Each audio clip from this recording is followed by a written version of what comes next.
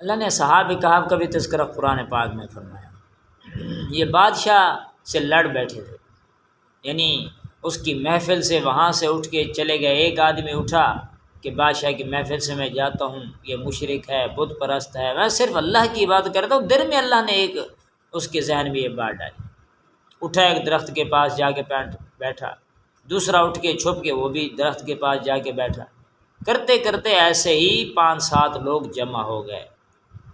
قرآن پاک میں آتا ہے کہ کچھ لوگ کہتے ہیں کہ وہ 5 تھے اور چھٹا ان کے ساتھ کتا بھی ہو گیا، 6 تھے 7 ان کے ساتھ کتا ہو گیا، یہ 7 تھے 8 ان کے ساتھ کتا ہو گیا۔ تو بہرحال جتنے بھی لوگ تھے کتا بھی ان کے ساتھ شامل ہو گیا۔ اچھوں کی صحبت میں بیٹھنے سے اچھا ہی بنتا ہے، چاہے وہ کتا ہی کیوں نہ ہو۔ کچھ جانور جائیں گے، کچھ جانور جنت کے اندر جائیں گے، ان میں سے ایک جیسے حضرت سلیمان علیہ السلام کا ہدہد تھا، یا چونٹی تھی، یا اسی طریقے سے اصحاب کہف کا کتا ہے، اور اسی طریقے سے حضرت صالح علیہ السلام نے جو اونٹنی جو ہے وہ نکالی تھی پہاڑ سے، وہ ہے۔ تو یہ ساری کی ساری چیزیں ایسی ہیں کہ جنت میں جائیں گی۔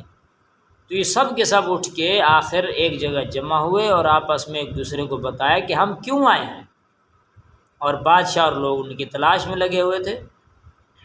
بھی صرف اللہ کی رضا کو حاصل کرنا ہے، اللہ کی وحدانیت کو ماننا ہے، اس کی عبادت کرنی ہے، اس لیے ہم سب کے سب آئے ہیں۔ آخر اٹھے اور ایک پہاڑ میں چلے گئے، اور ڈر بھی تھا کہ لوگ جو ہے ڈھونڈتے ڈھونڈتے تلاش کرتے کرتے یہاں پہ نہ آئے۔ اللہ تبارک و تعالیٰ نے ان پر ایک نیند کو طاری فرما دیا۔ غالباً 309 سال تک وہاں پر سوئے رہے۔ 300 سنین وازدادوا 9، اور کتا جو ہے وہ بھی اس پہاڑ کے دہانے پہ منہ پہ بیٹھا رہا، اور یہ کروٹ اللہ تبارک و تعالیٰ خود ہی ان کی تبدیل کروا دیتے تھے۔ جب اٹھے وہاں سے تو حیران تھے، پوچھتے تھے کہ ہم کتنی دیر یہاں پہ ٹھہرے، کوئی کہتا تھا 1 دن، کوئی کہتا تھا آدھا دن، لیکن تھکاوٹ سے ایسے محسوس ہوتا ہے کافی عرصہ یہاں پہ رہے۔ اٹھے، جب انسان نیند سے اٹھتا ہے تو بھوک لگتی ہے، وہاں سے اٹھے کہ بھوک لگی ہے، کچھ سکے جمع کریں۔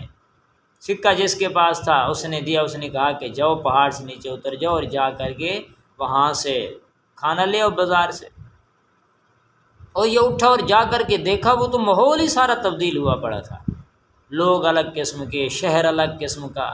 ڈرتے ڈرتے آخر جا کر کے ایک جگہ سکہ جمع کرایا اور وہاں سے کھانا لینا چاہا، تو انہوں نے دیکھا، انہوں نے کہا یہ تو 309 سال پرانا ہے،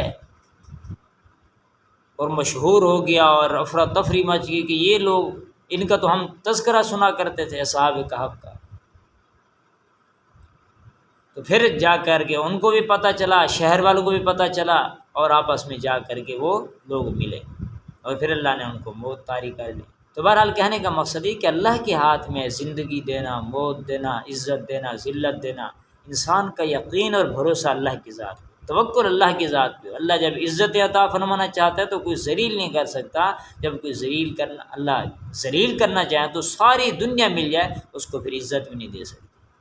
تو انسان اللہ سے مانگے، اور عزت بھی اللہ دیں گے، صحت بھی اللہ دیں گے، رزق بھی اللہ عطا فرمائیں گے، سب کچھ جب اللہ دینے والے ہیں تو انسان اللہ سے مانگے۔